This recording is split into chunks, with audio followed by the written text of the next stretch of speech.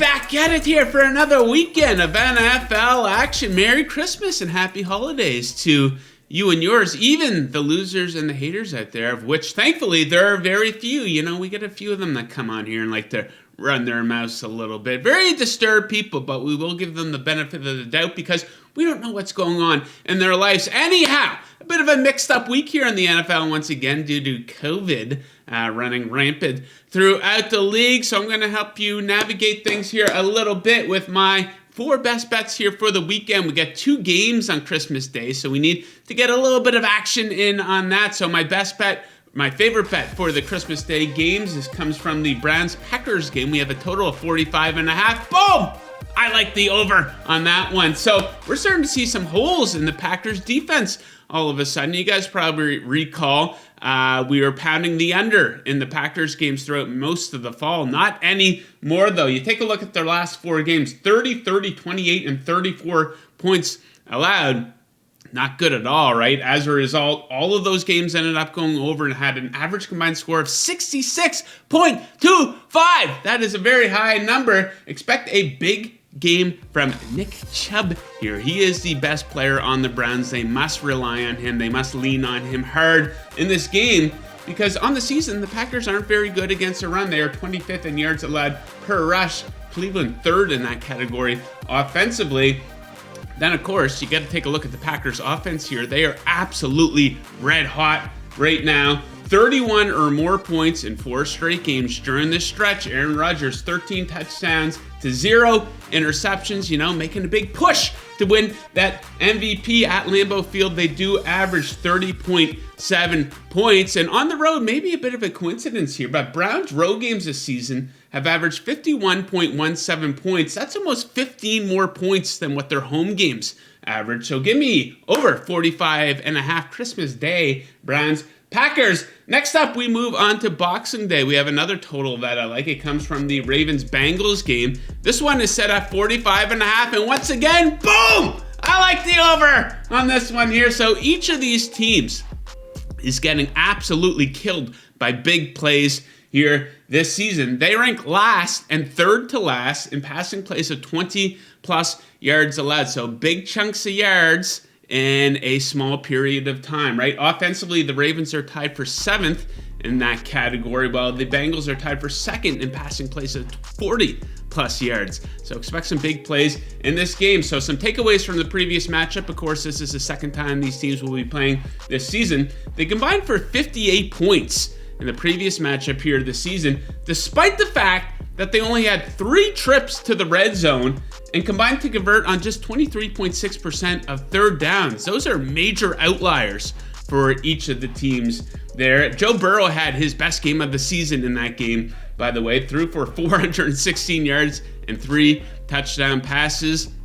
In Bengals games, they just tend to be high scoring.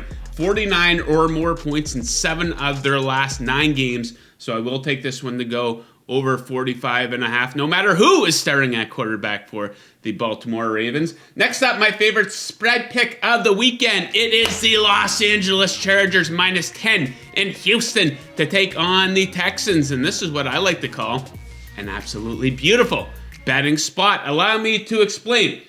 So look at the situation here for each of these teams. The Chargers are coming off a close loss in overtime to one of the Super Bowl favorites, a game that they very well could have won. Meanwhile, the Texans are coming off a win, a rare win, versus maybe the worst team in the league in the Jacksonville Jaguars. So as a result of this, I think we're getting a little bit of a bargain here on this line. Had the Chargers won that game against the Chiefs, the perception of them would have been a little bit different. Maybe this line would have been a little bit higher versus a Texans team that's already been an underdog, a big underdog many times this season. 13.5 in one game, 20 in one game, 16.5 in another. So a little bit of value here, I think, on the Chargers, even though it is a double-digit spread here. They do have a major offensive advantage in this game. Points per game, 7th versus 31st. Yards per play, 5th versus 32nd. 3rd down conversion percentage, 5th versus 20th. I've been pounding the drum all season long that the Chargers are awful against the run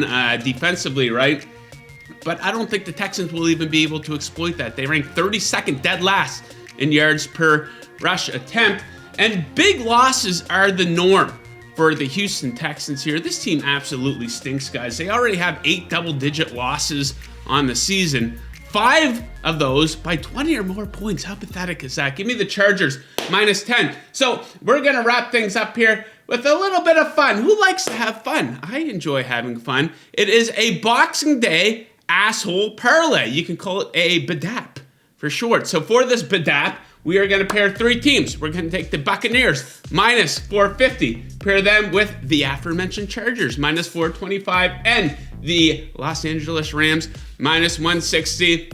So I don't need to make a really big case here for Tampa Bay winning outright versus Carolina. I know they are down a couple guys, but still major offensive advantage for the Bucs in this game. They are top 5 in many key offensive categories. Carolina near the bottom of the league in many of those same categories. Antonio Brown, you got to love this guy, right? He's going to be back in the lineup for them.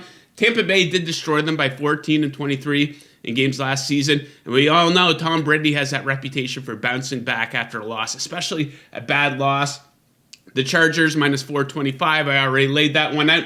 Then we have the Rams, -160 in Minnesota. I like them to win outright versus the Vikings. First in yards per play versus 26 in yards per play allowed. Pretty big advantage there for the Rams offense. Rams are 3rd in yards allowed per rush attempt, so maybe they'll be able to neutralize Dalvin Cook a little bit. And I know Sean McVay, he's not as great of a coach as everyone likes to make him out to be, the whiz kid, right? But still a pretty big coaching advantage over Mike Zimmer, who's on his last legs. He will not be a head coach in the NFL next season.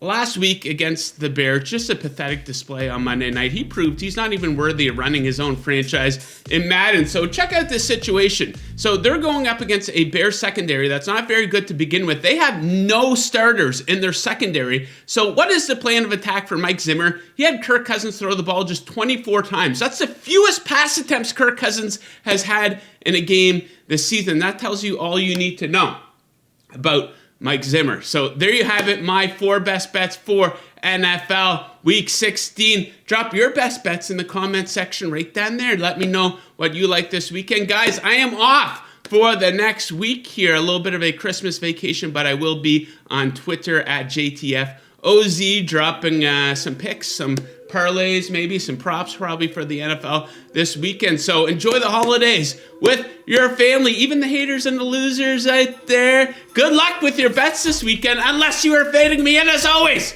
keep chasing that paper. Woo! It's been a long year coming.